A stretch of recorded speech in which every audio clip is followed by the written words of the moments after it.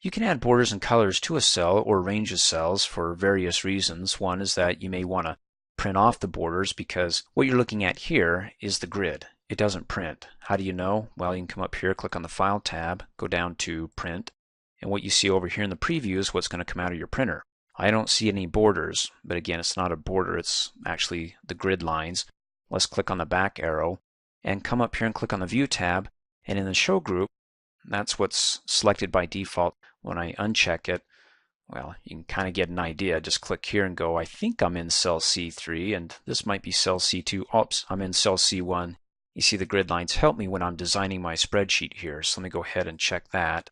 And again, because it doesn't print, if you want to actually have borders to make it look organized when you print it off, then go ahead and select a range of cells. Like I'm going to go ahead and select H5 through J5, which by the way, when it comes to selections, if it's a big range, you don't want to click and drag and drag and drag because it's a drag.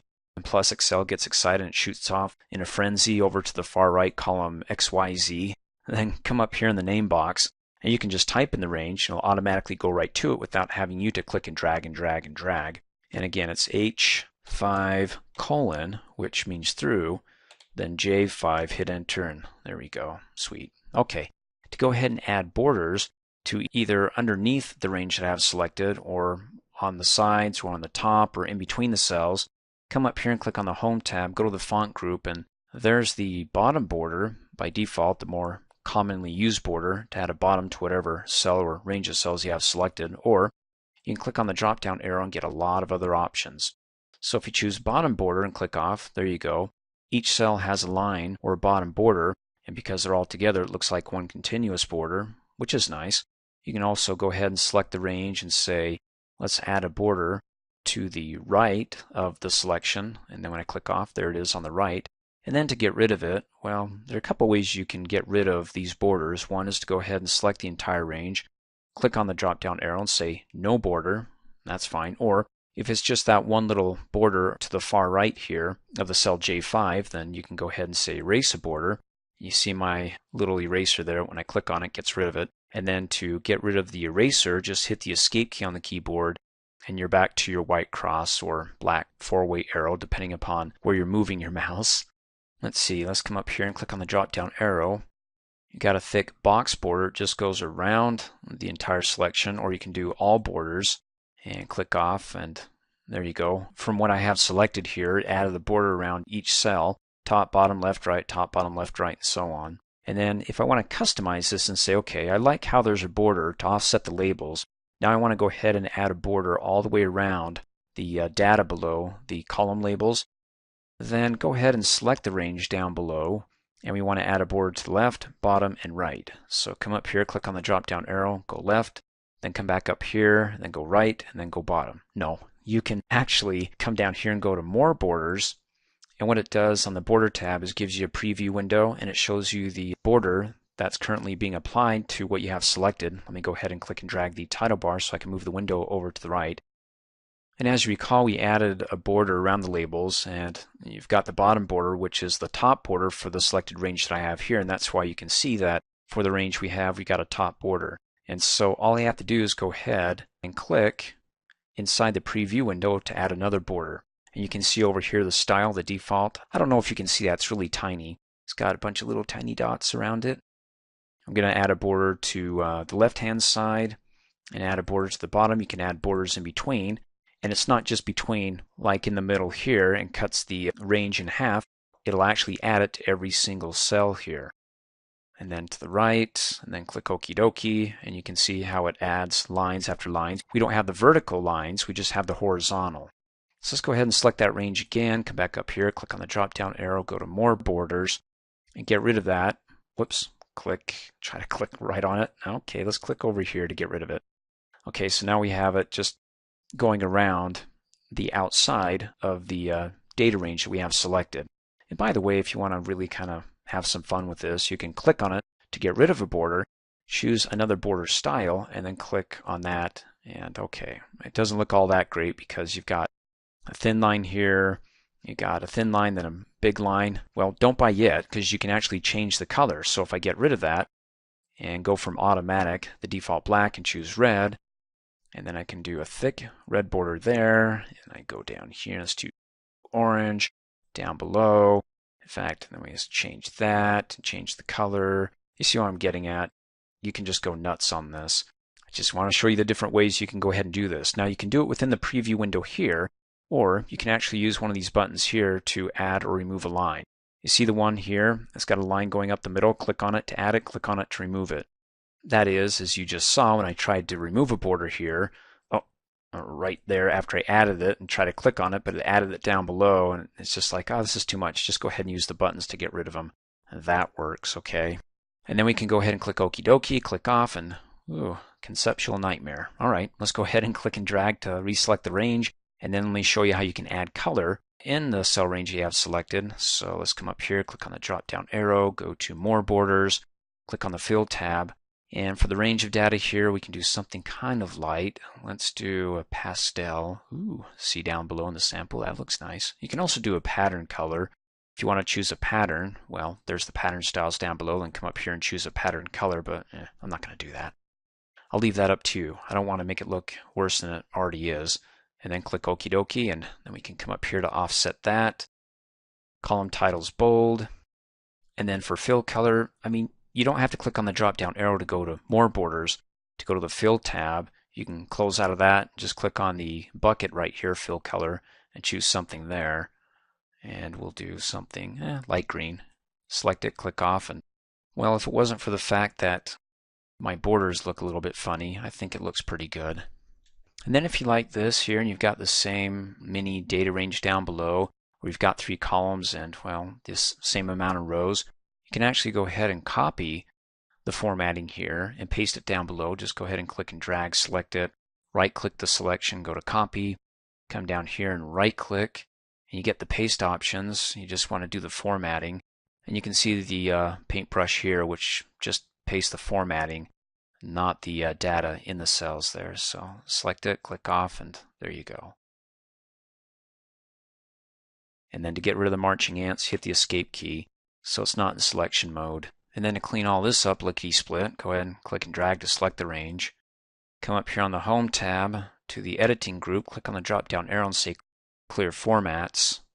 Click off, gets rid of all the formatting, the borders, the lines. When it comes to formatting a part of your worksheet and you really like it and you want to continue that format to apply it to other parts of it, well, here are some shortcuts. You have the Format Painter and the F4 key. First of all, the Format Painter, if I go ahead and I select a cell and I say, okay, I want it bold, I want it to color here, and maybe a border, underline, click off. You like that? Go ahead and select it, and you can right-click to bring up the mini formatting toolbar, and there's the Format Painter, or come up here on the Home tab to the Clipboard group, and there it is again. What the Format Painter does is that you select the cell or range of cells that you like the formatting, and you select Format Painter, so you, metaphorically speaking, dip your brush in the formatting there, and you can see the brush is ready to go once I clicked on it. It's now dipped, and you get the marching ants. Then just go ahead and click and drag and select a range and let go, and fabulous. Now if you have a lot of painting to do, not just one area, but you're done here and you need to go ahead and apply formatting all over the place, then to keep the paintbrush up, so after one application, just one click and drag, it doesn't disappear, go ahead and go back and select what you want to dip your brush in, the cell or range of cells. Then we can come up here on the Home tab to the Clipboard group and double click really fast. And when you double click, you can click, click, click, click, click and drag till the cows come home, and hey, that brush isn't going anywhere. That is until you hit the escape key on the keyboard to get rid of the brush. Now let me go ahead and clean up my palette. Let me click and drag and select the range. And on the Home tab, to the Editing group, click on the drop-down arrow and clear the formats. Let's start over. Let's go ahead and do red, bold, and underline. And let's go to another cell, and this time hit the F4 key on the keyboard. And what of those 3 formats did it bring over? Let me click off. We first did red, then we did bold, and then we did underline. The F4 key brings over the most recent formatting that you applied last to that cell. So if I just do one formatting, that keeps it simple. If I go ahead and say, okay, this is going to be bold, click on B for bold, and then come over here and hit the F4 key, F4 key, F4 key, F4 key, that's great, right? So it does the most recent formatting. However, that's only applicable if you're using the group on the ribbon here. But if you expand the group, let me click and drag the title bar so I can move the window over here, and you take all the formatting in this expandable window. So in other words, if I go italics, 14, a single underline with another color, dark green with maybe a strike through. Okay, I'm going nuts. And you would say, hey, wait a second, it only accepts the last formatting and that was a strike through. Well, not when you expand the group here and do your multiple selections within the group. Let's go ahead and click Okie dokie, because when I come down here and hit the F4 key, it remembers everything within that group. But if you just do it off the ribbon here, you do your shopping there, or you select a bunch of formatting options, it just remembers the last one. But when you actually go inside the store and put everything in your cart and then click OK, then hit F4, it remembers it. Okay, people, time to bring out the inner artist in all of us. We're going to add a background, and the image that you choose is going to define who you are. By coming up here and clicking on the Page Layout tab, going to the Page Setup group, and there it is. You can see in the pop-up, Microsoft agrees with me. It says, hey, add some personality. Why not? Go ahead and click on Background, and you can either choose a file from your computer or online, or search Bing, the search engine. Let's browse on our computer, and let me go back out to pictures and go into sample pictures, and I guess tulips. Go ahead and double click. It's really hard to focus on the data here, but hey, it's my personality. I feel good, and so should everybody else. But having said that, this doesn't get printed off. So if you're going to print this off for a meeting, no sweat. Just come over here, click on the File tab, go down to Print, and what you see here is what's going to come out of your printer. And you don't see the tulips, we're good. So we can go ahead and hit back and know that when I work in the workbook here and I see flowers, it just lists my spirits. Let's go ahead and hit delete background, and it gets rid of them. So this one toggles between background and delete. When you add a picture, click on it. Let's go to clip art. Over in the box there, if you have internet connection, go ahead and type in what you want to find. Ghost. It's getting close to Halloween. Hit enter. Select. Click insert. Okay, he tiles. He's small enough. Toggles to delete, delete it, and we're back to where we started. To align and position contents within a cell is pretty simplistic in that if you just focus on the alignment group up here on the Home tab, you get your basics. You got your vertical alignments, your top, middle, and bottom, and then your horizontal, left, center, and right. So to actually see this in action, as far as the vertical alignments, we really don't have a lot of space within our rows here. So let's go ahead and hover over the left-hand side, the row headers 5 and 6 in between, until I can see arrows pointing in opposite directions. Click and drag down to give me some gap here for the labels for the columns here.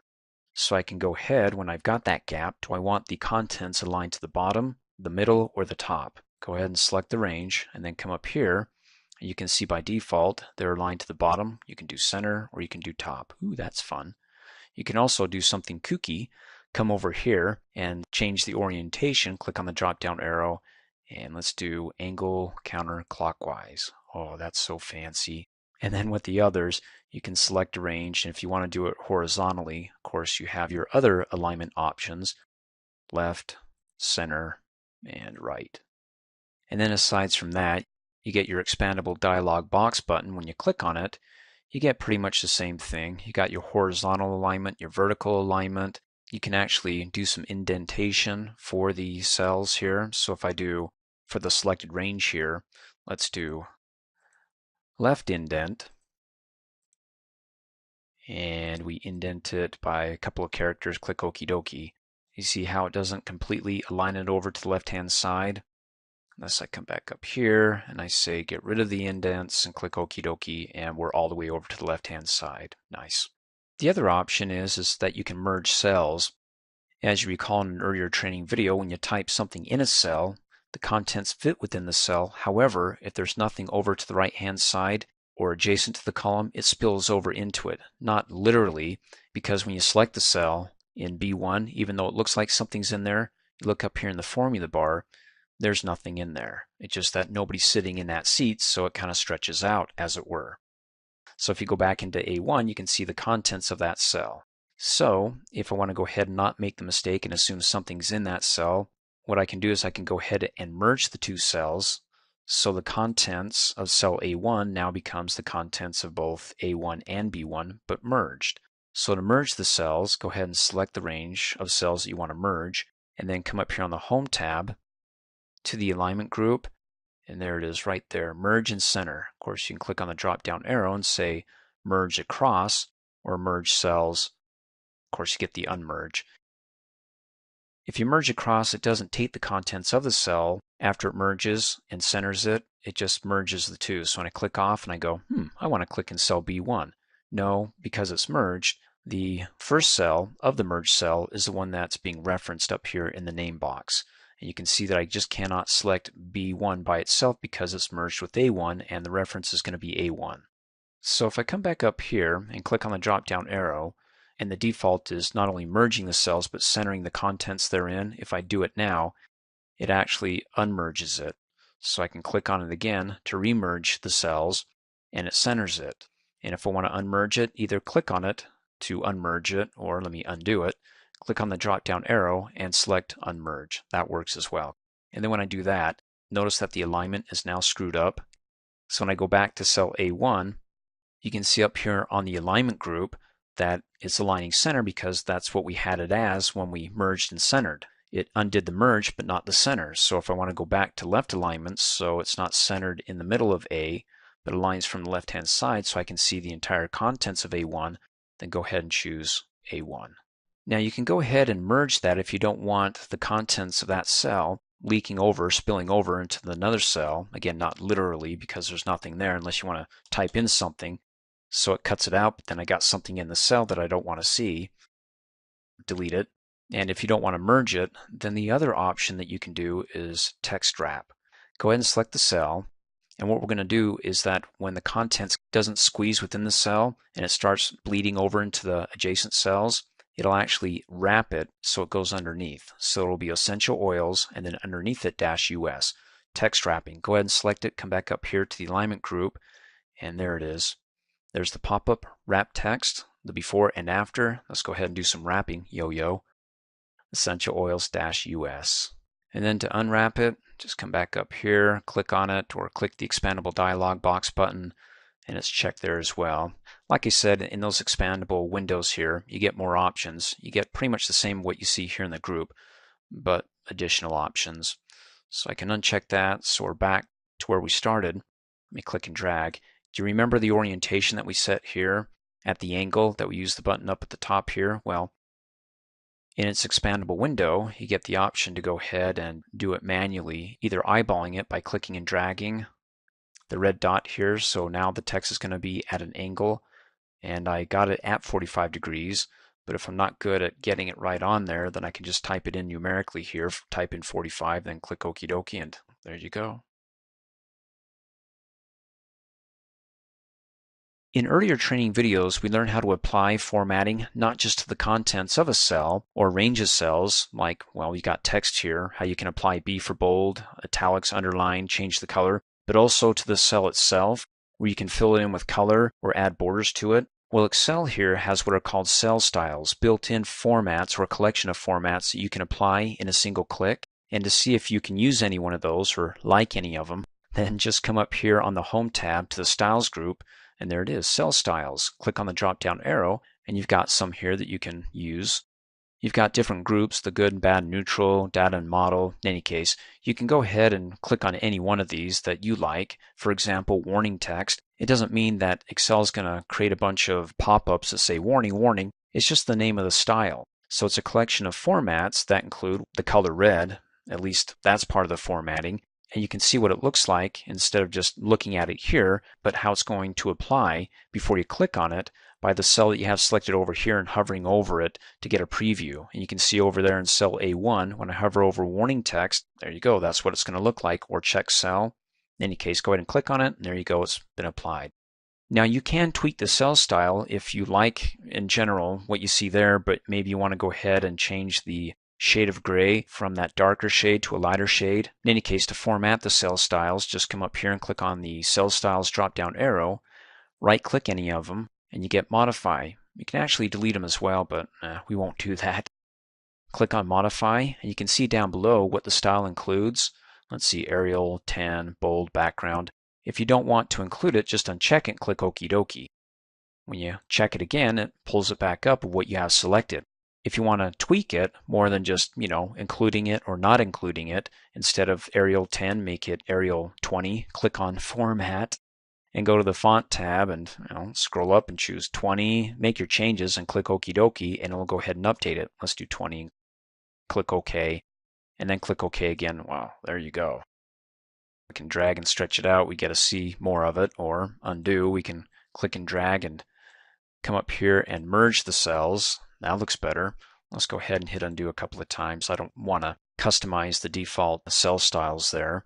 Which brings up a good point. If you don't want to modify what you see, but you want to create your own from scratch, then go ahead and select a cell, and then come up here and click on the drop-down arrow and say you want a new cell style, and it includes everything here, which is fine. After you click on the Format button and you customize it, if there's anything you don't want to include, just uncheck it. So let's click on Format. We can make it bold. We can choose the fill color and select, that's a nice color. You can do it that way, or let me click Cancel. Click Cancel. Go ahead and apply the formatting to the cell and do that first. Let's come up here and choose a lighter shade of purple, and let's make it italics, bold, and let's choose red. And then with it selected, you can come up here and click on Cell Styles and then go down to New Cell Style. It automatically brings in what you have selected, and you can see it down below. It's bold, italic, the color's red. All you need to do is just give it a name and call it My Style, and then click Okie dokie, and there you go. To go ahead and apply My Style to another cell or range of cells, go ahead and select that range, come back up here, click on the drop-down arrow, and there's your custom style. Click on it. Oh, that's so fancy. Now, if there's another workbook that has styles that you like that you want to import or bring over, you have to first open up that workbook or other workbooks. If you have more than one workbook, you want to merge the styles into your workbook here. And let's go ahead and do that by coming up here, clicking on the File tab, going down to Open, and it's this one right here. This is the one that I'm in right now. You can see up here in the title bar, and this number 2, let me click on it, has a style that I want. You can click on Cell Styles, the drop-down arrow, and it's called the Spiffy style because everything we do here at Dreamforce is spiffy. Let's go ahead and click off. Once that workbook is open that contains the styles that I want, let me go back to the other workbook by coming down here and clicking on the button that will restore the window that I was just in, the original Create and Modify Styles, and then go ahead and click on Cell Styles, go down to Merge Styles, and it says you want to merge the styles from this other workbook that you have open, the number 2. We'll go ahead and click Okie dokie. It says, look, do you want to merge styles that have the same names? Because when I have styles that I make changes to, and it's got the same name in the other workbook, you can go ahead and bring those over and update yours, or you can say no, just the ones that are different. And we know the one that's different is Spiffy. Click No. And once we say no, we can come back up here, and there we go. Spiffy style. Hey, let's go ahead and select a range and apply the Spiffy style, and we're feeling spiffy. The AutoFormat feature contains a gallery of predefined formats that you can quickly apply to a range of cells in a single click. For example, if you want to clean up a mini database, make it stand out and just the plain black text against a white background, you can go ahead and fill in some color here, make it bold, also put these in dollar signs, and maybe the employee IDs italicized. In any case, the AutoFormat is predefined, that it has a bunch of templates that when you select the range here and you choose one of them, it applies to it. Now granted, it doesn't have a lot of templates to go off of or predefined formats, but you can choose one that closely resembles what you want and then always customize it and make a few tweaks than having to start from scratch. In any case, to go ahead and use this feature, we need to add it to the Quick Access toolbar. So let's come up here and right click on it, go down to Customize the Quick Access toolbar, change it from Popular to All Commands, and then scroll down to the A's. And there we go, AutoFormat, double click to add it over here to the right hand side, click Okie dokie, and there you go. Now before you go ahead and click on it, just select a range of cells you want to apply the predefined formats to, and then come up here, click on it, and there you go. You can go ahead and scroll through all that and take a look at which one resembles best of what you want applied to your range here. because you can always tweak it after. So I'm going to go ahead and go back up and select something. That looks nice. And I don't know if you can see if you have it selected, but it does have a thick gray border around it as compared to the others that don't have a thick gray border. So that one's selected. And before you click Okie dokie, go ahead and click on Options. And if there's any formats to apply, like numbers, you'll notice that when I uncheck it, it applies to these other formats or these other templates here. That when I check it, it reapplies the number formats to it, which is the dollar signs, which this one doesn't have it, so it doesn't matter. Do you want borders? When you uncheck it, it gets rid of the borders in, well, almost all the formats here, at least that I can tell. I'm going to go ahead and check that. Customize it. Check or uncheck those formats you want to apply and click Okie dokie when you're done. Ooh, fabulous. You can always customize that, like I said, after you start with the basic format here and say, let's see, I want this to be in bold and maybe the color is not too cool, something like purple. You see what I'm saying? You can go ahead and have it just thrown there and then tweak it just a bit. That way it may save you some time. Before we learn how to apply themes, first of all, what is a theme? A theme is a collection of pre-formatted elements that's applied as a whole throughout the entire workbook. And they're hidden up here on the Page Layout tab, and there's the themes, and they can include fonts, colors, and effects. So when you click on the drop-down arrow, you can look at any one of these themes, and it's a collection of the fonts. You can see the font there, the type of font that if you click on that, it'll update the entire workbook with that type of font, and the different colors here, and also any effects. Like if you insert an object and you're using the finish matte or glossy, depending upon what theme you choose, it could change the effect. So looking at the sample here, let me go over a little bit more in detail. First of all, the fonts. Okay, you can see the fonts right there. There's the fonts right here. Why does it have an uppercase A and a lowercase a? Because the uppercase A is representative of any heading styles. So if you selected any cell here and applied a heading style format to it, then if you choose one of those themes, it'll update. Well, you can see the uppercase A. That's what it's going to look like if you choose that or this one or that one. And then the lowercase a are for those cells that contain any data that aren't in the heading style format, and it's known as the body.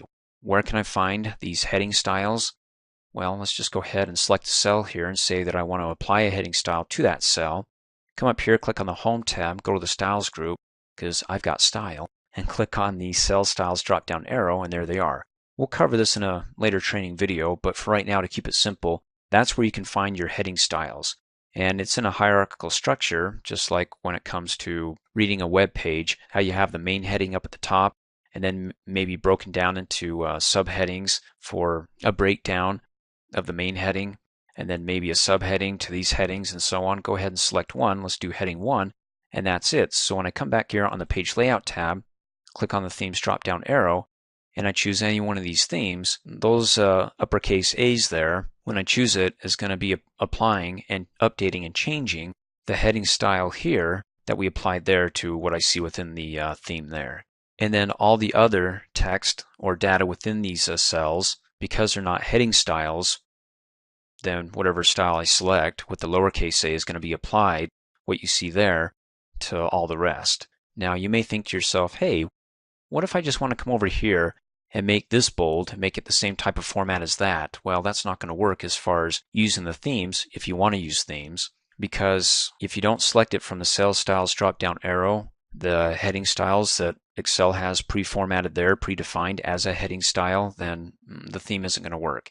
And like I said, all you have to do is click on the drop-down arrow and go, I like this type of font, the heading styles, well, the uppercase A for my heading styles, lowercase a, that type of font for the rest of the data within my worksheet, and then the colors here for any objects or smart art that I've inserted, and also any background color.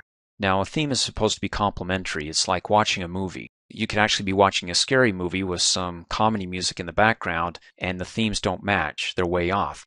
So that's why we have themes here. Instead of you going through all the work saying, okay, if I choose this type of heading type font for the headings within my workbook and then the body of the font, it throws it all into one, says, okay, these are complementary font types for the headings and the body of the font, the colors, and the background. Do you like it? If not, go ahead and choose another one.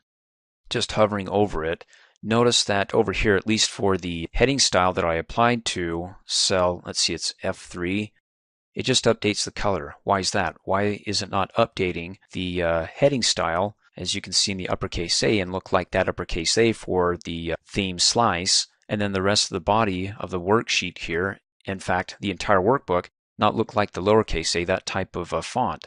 The reason being is because if you're like me and you don't use themes, you basically shut it off so it doesn't work, because by default it's turned on. This is what I mean. If you go ahead and you select any cell here and you come up here on the Home tab and you go to the font group and you click on the font drop down arrow and you scroll to the top, you have all the regular fonts, and then up at the top you have your theme fonts. Now the theme fonts have, over to the right hand side, for your headings it's going to be in Arial, and for the body is going to be Times New Roman. Now if I just say I don't want to use themes and update the entire workbook in a single click, I'm just going to come over here and select Arrange and click on the drop down arrow and choose something outside of the theme fonts here. And like I did, I chose just Arial. And if you scroll down here and you can find Arial and just choose that and not the Arial that's up here, well, that's for headings, so I don't want to do that. But I could choose that. In any case, if you go outside of the theme fonts here, you don't use those, then when you use the themes, when you come up here, you click on the drop down arrow, it's not going to update. Let me give you an example here. If I come over here and I say, fine, I want to use themes for this range of cells here. I need to convert that into the theme either for headings or the body font. So I come back up here on the Home tab, click on the drop down arrow, scroll up and say this is the body. And then I'm thinking, wait a second, this could be for the headings. So let me change that.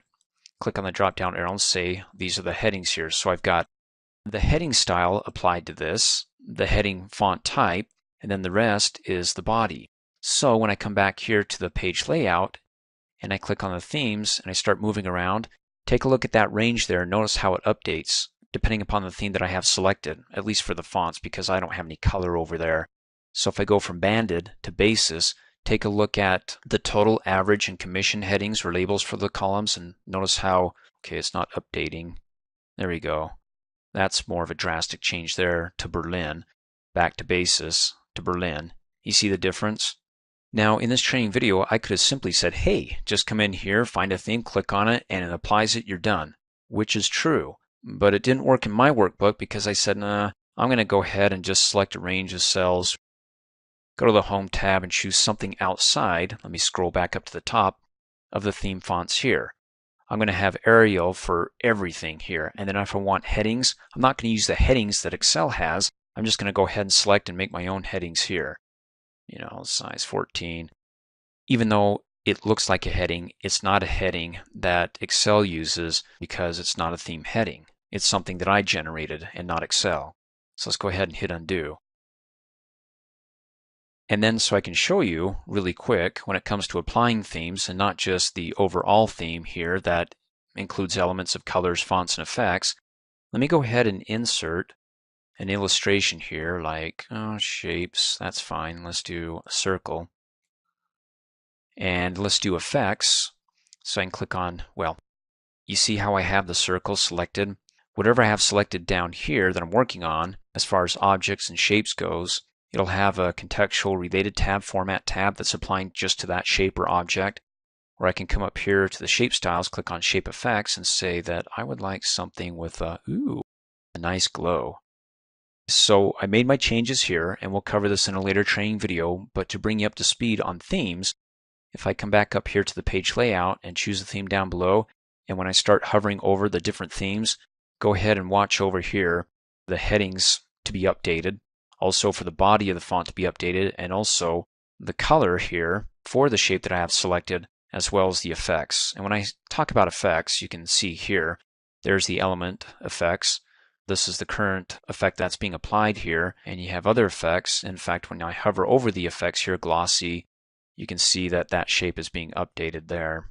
But as a whole, in one single click, I can have my entire workbook updated and changed on the fly from one type of font to another for the heading or for the body. And then include also the complementary colors that if I come over here to facet, I mean, gosh, the shape has taken the complete attention. It's hard for me to focus on the headings right here and also the body of the font because the shape, wow, just pops out. Oh, that one's fancy, ion. So click on it, it applies to it, but it doesn't apply to the rest because all the other cells that contain data, is just regular font. It's not any part of the theme fonts. So if you want to use themes either for the entire workbook or just a range here that you can quickly update on the fly on sheet 1, sheet 2, sheet 3, then make sure that the range of cells is again up here on the Home tab. Click on the drop down arrow, selected as the body, or if you're using headings like up here for the column labels, then make sure that it has the appropriate heading style applied to it. And that's really easy to do. Click on page layout. Once you choose the theme, you can say, I don't like that color, and choose another color. You can see how the colors update rapidly there as I quickly go over them.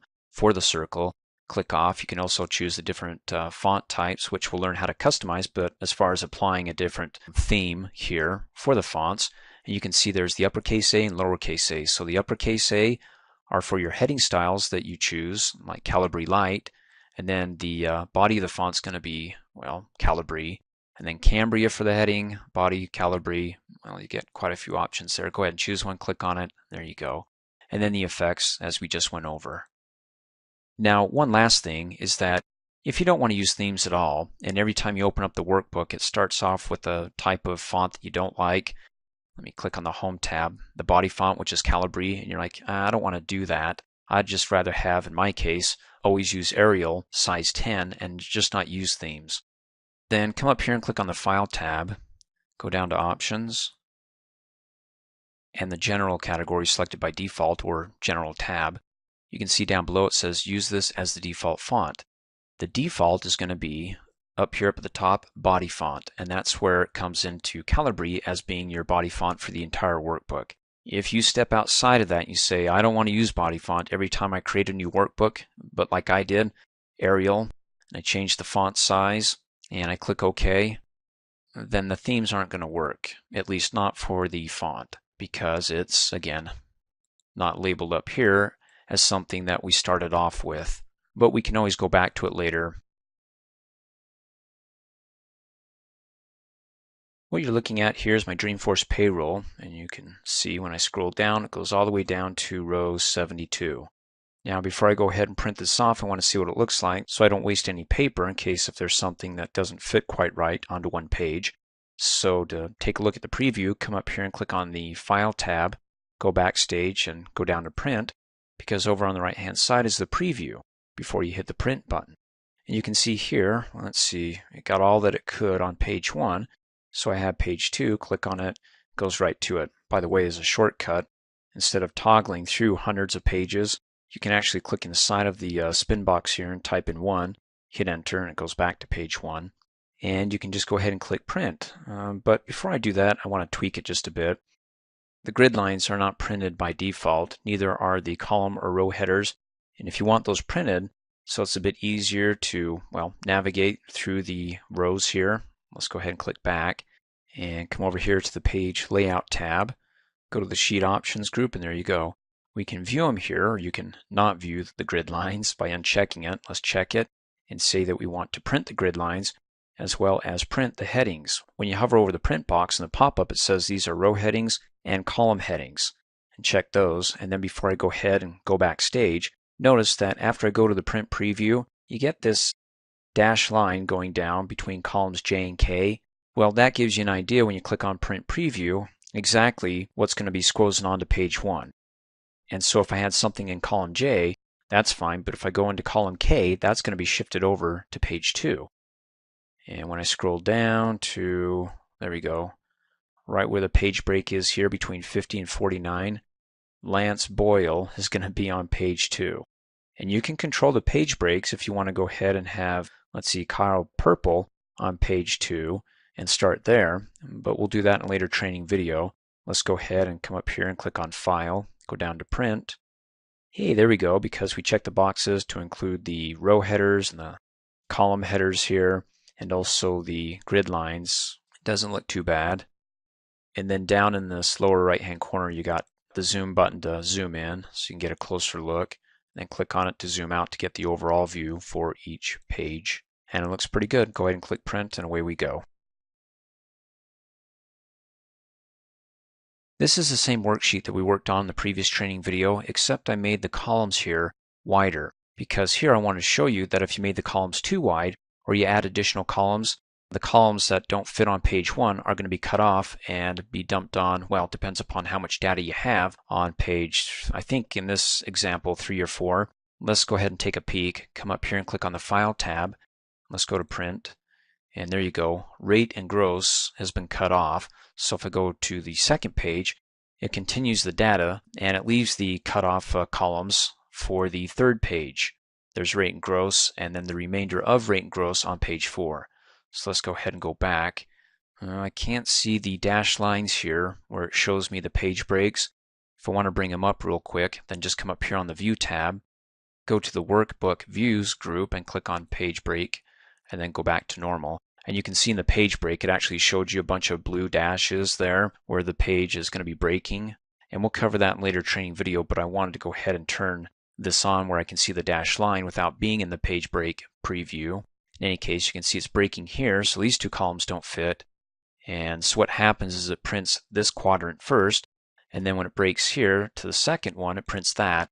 So it goes vertical. Then when it's done printing everything vertical, then it comes over to the, well, in this case, it's going to be the third quadrant and prints that, then the fourth. So let me go ahead and scroll back up. And the way to fix that, at least in this training video, we're going to learn about page orientation. You only have two types. You have portrait or landscape. Portrait is more vertical, landscape is more horizontal. And you can do it one of two ways. You can either come up here and click on the Page Layout tab, go to the Page Setup group and change your orientation to landscape. Or you can click on File, go down to Print, and just before you print it off, go ahead and change your page orientation there. Either way, landscape. And there you go. Now it adds the rate and gross, and so I have less room vertically, but it fits more horizontally. So I get more columns. Then I can go to page 2 and I just have 2 pages and not 4 pages where the last 2 pages are talking about the remainder columns that it couldn't squeeze onto the first page and continue to the second within 2 pages. As you recall in the past couple of training videos, before we print our worksheets off, we went to the print preview because what you see in there is what's going to come out of your printer. So for example, come up here, click on the File tab, go down to Print. You can see over here in the Print Preview window, I can tell what column I'm looking at because I've got the titles up at the top for first name, last name, and so on. But when I go to page 2, I don't get those titles repeated up at the top. So I can't tell if this is the first name column, the last name. I can do a little bit more analysis here. But names like George Michael, I don't know. So in any case, to go ahead and have those rows or those titles, which is in that row, repeated up at the top of every page that I print off, we need to go to the page setup. And you may think, well, the page setup is down here. Let's go ahead and click on it. Well, you could, and it brings up the Sheet tab where you can select the rows to repeat at the top. I say could, but you can't because it's shaded. You can't do that in the back stage. It just displays what you've chosen in the front stage. So where is it in the front stage view?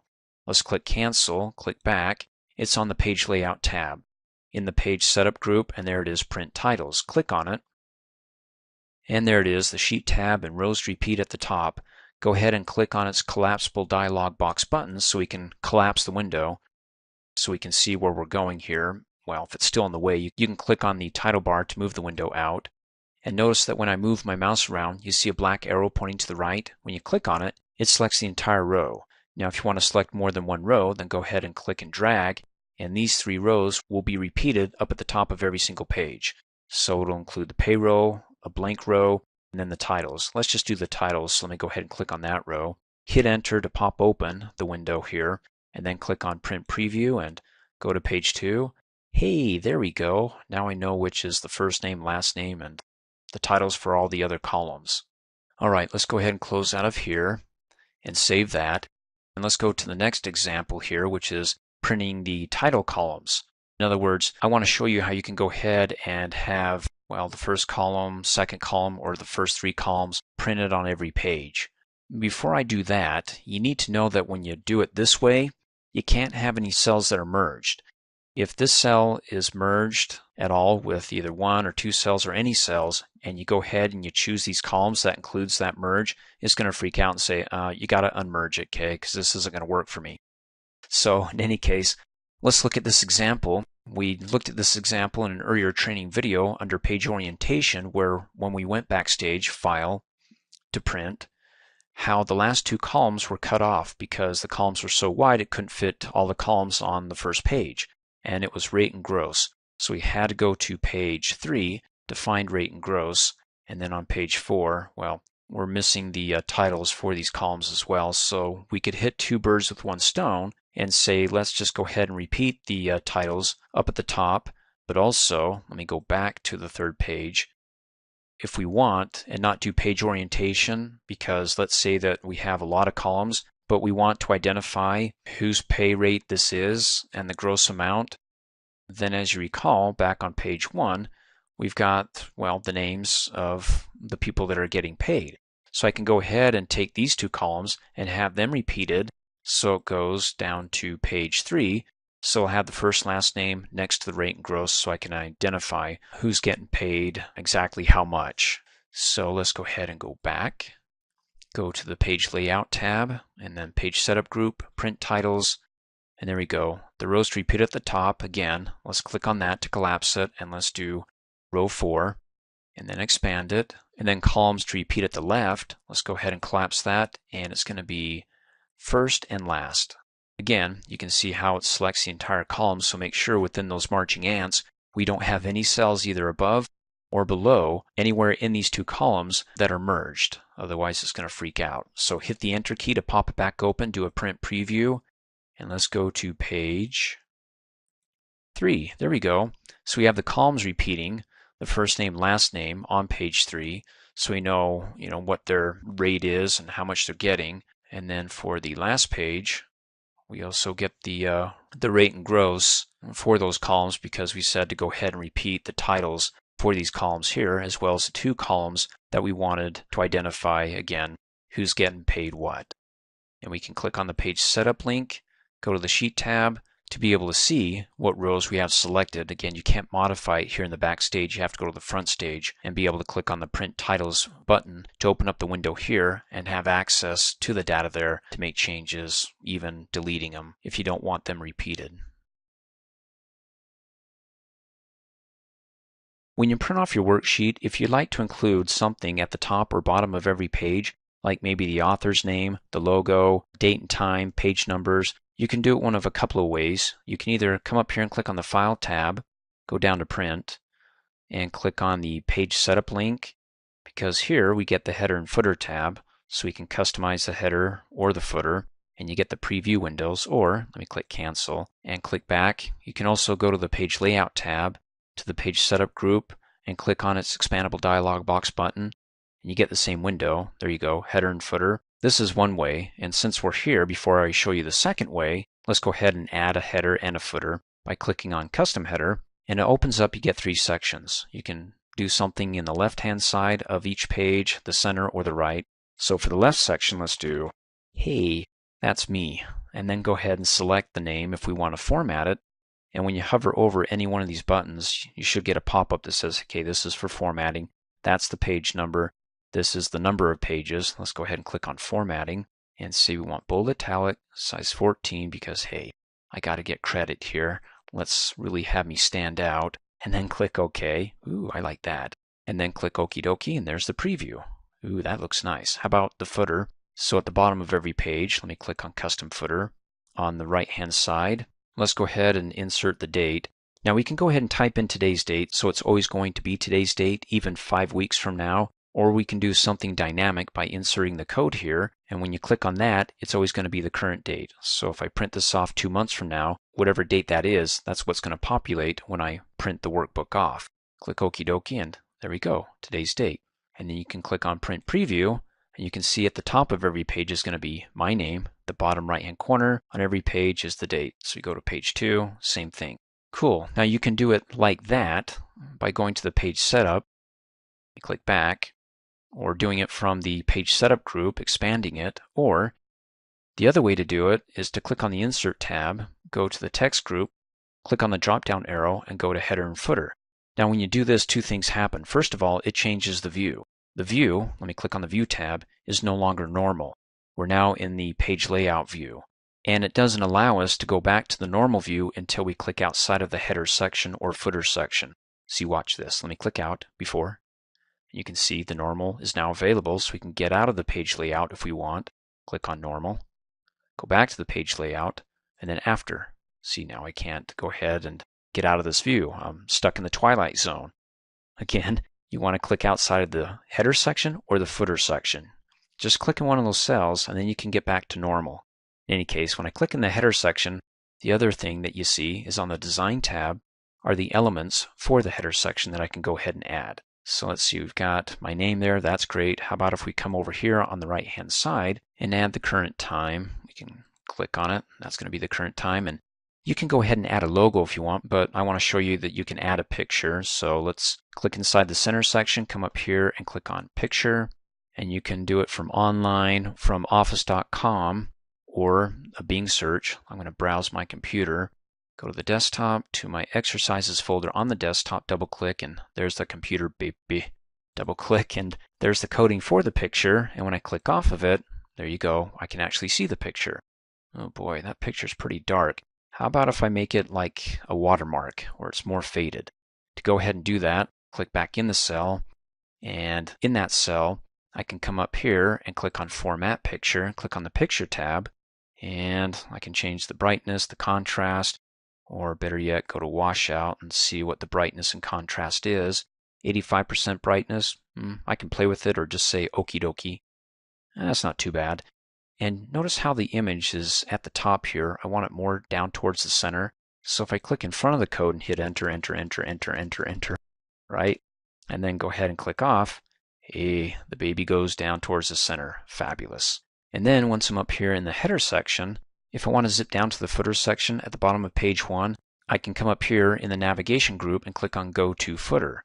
And there's page 2, but you see I can toggle to header and to footer on the same page. So down in the footer section, let's go over to the left-hand side. Let's do page numbers. So up here we can say page number. There's the code. So it'll be on every page. This will be page 1, page 2. But then again, when I print this off, if somebody gets it and it just says page 1 and that's all they're expecting, but there's more pages, it's not going to flag them to say, hey, I need more pages. So if I want to do this and type in of, and then the total number of pages, add that code, then it'll say, well, in this example, for page 1 of 2 pages. So if they just see 1 and it says of 2, but they don't have the second one, then they can come up to me and go, hey, look at this. There's supposed to be a second page. So let's go ahead and go down to, you can see, let me click off and go down to the bottom of the second page. Like I said, they're headers and footers, so whatever you do in the footer section, it'll duplicate on every page. Even so, if I go ahead and click and drag and select the text, I get the mini formatting toolbar, make it bold, and let's choose a fun color like green. Oh yeah. So if I do this on page 2, it's going to update onto page 1. Doesn't matter what page I do it on because it'll update on every page, and there's page 1 of 2. However, let me go ahead and click inside the footer or the header section. That doesn't matter. So I can get my contextual design tab back up. You get the different options where you can have a different first page, which means that anything that you have in the header or footer on the first page is going to be different and not duplicate over to the other pages. Or you can go ahead and check different odd and even pages, which means that whatever you do on the first page, let me go ahead and click up here so you can see that it says odd, it will not duplicate over to the even pages. So if I go down to page 2, you can see that my name's removed. The other elements that I added to the header and footer sections, let me go down to the footer, are gone. Until I go ahead and uncheck it and say, okay, you're no longer different, just go ahead and duplicate all the header and footer sections. And like I said, when I'm done and I want to go ahead and take a look at this, print preview, because what you see there is what's going to come out of the printer. To get out of here, let's click on the View tab so we can go back to normal. Oops, you need to go ahead and click outside of the header or footer section so I can see that normal is now active. Click on normal, and let's go ahead and scroll back up here so I can see my data. Click on the File tab, go down to Print. That doesn't look too bad, does it? And it's repeated on every page. When you print off your worksheet, you've got your margins, top, bottom, left, and right, where you can actually play with it and say, okay, I want to make more room because maybe I have more columns, or my columns are really wide, and I want to be able to try to fit more onto one page. To go ahead and access the margins, you can do it one of a couple of ways. You can either come up here and click on the Page Layout tab, and there's margins. in the page setup group, click on the drop down arrow and you get some pre-formatted margins. You can choose that if you want. Or you can go to custom margins or custom margins, and it brings up the page setup window where it has margins here, or close out. Click on the expandable dialog box button for page setup and then go to the margins tab. I mean, you're in the same window here. You just need to move over. Or let me click cancel. You can click on the file tab, go backstage to print, and while you're back here, click on page setup, the link, and go to margins, and then go ahead and play with the margins here, and it gives you the preview window where you can say, okay, I want to make more room, so let's have no margins on the left and none on the right. Well, just to make an example, let's do 5.5 from the top and see what happens and click okie dokie. Okay, 5.5 inches from the top, that really pushes it over with no margin over to the left-hand side. We really tightened it up. I mean, that's good.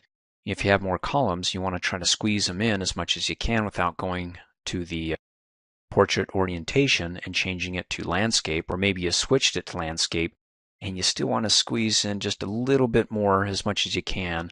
Those are the options that you got. Now you can do it that way, or you can come down here in the lower right hand corner of the print preview and click on show margins, and it'll show you how it looks here with these little black squares, that when you hover over it, you can go ahead and freehand it by clicking and dragging the margins, and that may work for you. Or you can do it numerically again by clicking on page setup and saying, okay, margins.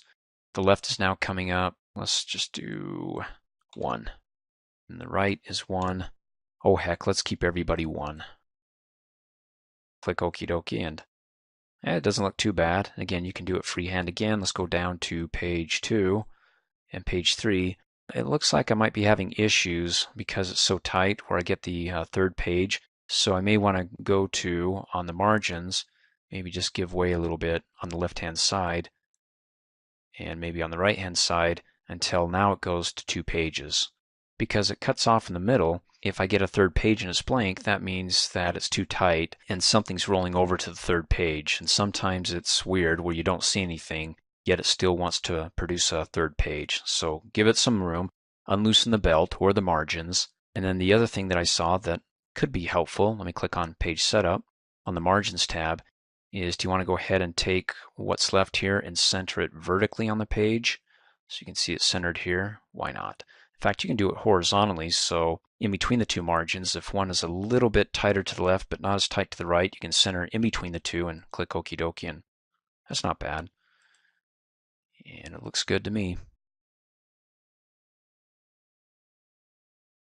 Another way to control the amount of data that's going to be printed on a page, besides page orientation or manipulating your margins, are inserting page breaks. So for example, if you have one page of data that you're printing off and you want to split it into 2 pages, well, insert a break. To go ahead and to view the page breaks and insert, remove them, or just move them around and adjust them, you want to come up here and click on the View tab, go to the Workbook Views group, and click on Page Break Preview. And there you go. There's page 1. And the page breaks are these dashed lines here. So you can see that it couldn't fit these other 2 columns here, so they're going to be on another page. What page? Well, if you look at the watermarks here, there's page 1, and there's page 2. And the reason why the watermarks aren't as large over to the right-hand side, because there's less data. If you want to go ahead and see it, I don't know if you can see it there, but come down in the lower right-hand corner and click and drag the zoom slider bar here and go in. You can see it, but that's page 1, 2, 3, 4. So when it breaks the first time, the rest is coming down here to page 2, and you can see that it splits just below Lance Boyle. If I don't want it to break below Lance Boyle, but I want to go ahead and put Lance Boyle onto page 2, I can hover over the page break until I can see arrows pointing in opposite directions and click and drag that above, and now Lance Boyle is on page 2. You can also drag that up above and, have a lot less on page 1 and more on page 2. It's up to you. In fact, let's go ahead and check it. Click on the File tab, go to Print, and there's page 1 at the bottom. There's no Lance Boyle. Let's go to page 2. He's up there at the top. Okay, let me come down here and click on the Zoom to Page, and there he is, Lance Boyle. All right, let's go ahead and go back and scroll up. You can also remove breaks, like for example here, if I hover over that page break and I want to click and drag it off, it's gone. But to make up for it, it's going to change the size of the text. When I print it off, it's going to reduce it so it can fit all into one page. So if I come up here and click on the Page Layout tab, you see in the Scale to Fit, 100% is at its full size, but because I want it all into one page, it's now at 81%, so it's going to be a lot smaller. If I go ahead and start adding it up to 100%, then you can see that that page break starts creeping back in, saying, okay, I can't deal with this. You either want to see everything on one page, in which case I got to reduce the font size, or if you want it larger, then I've got to cut it somewhere here.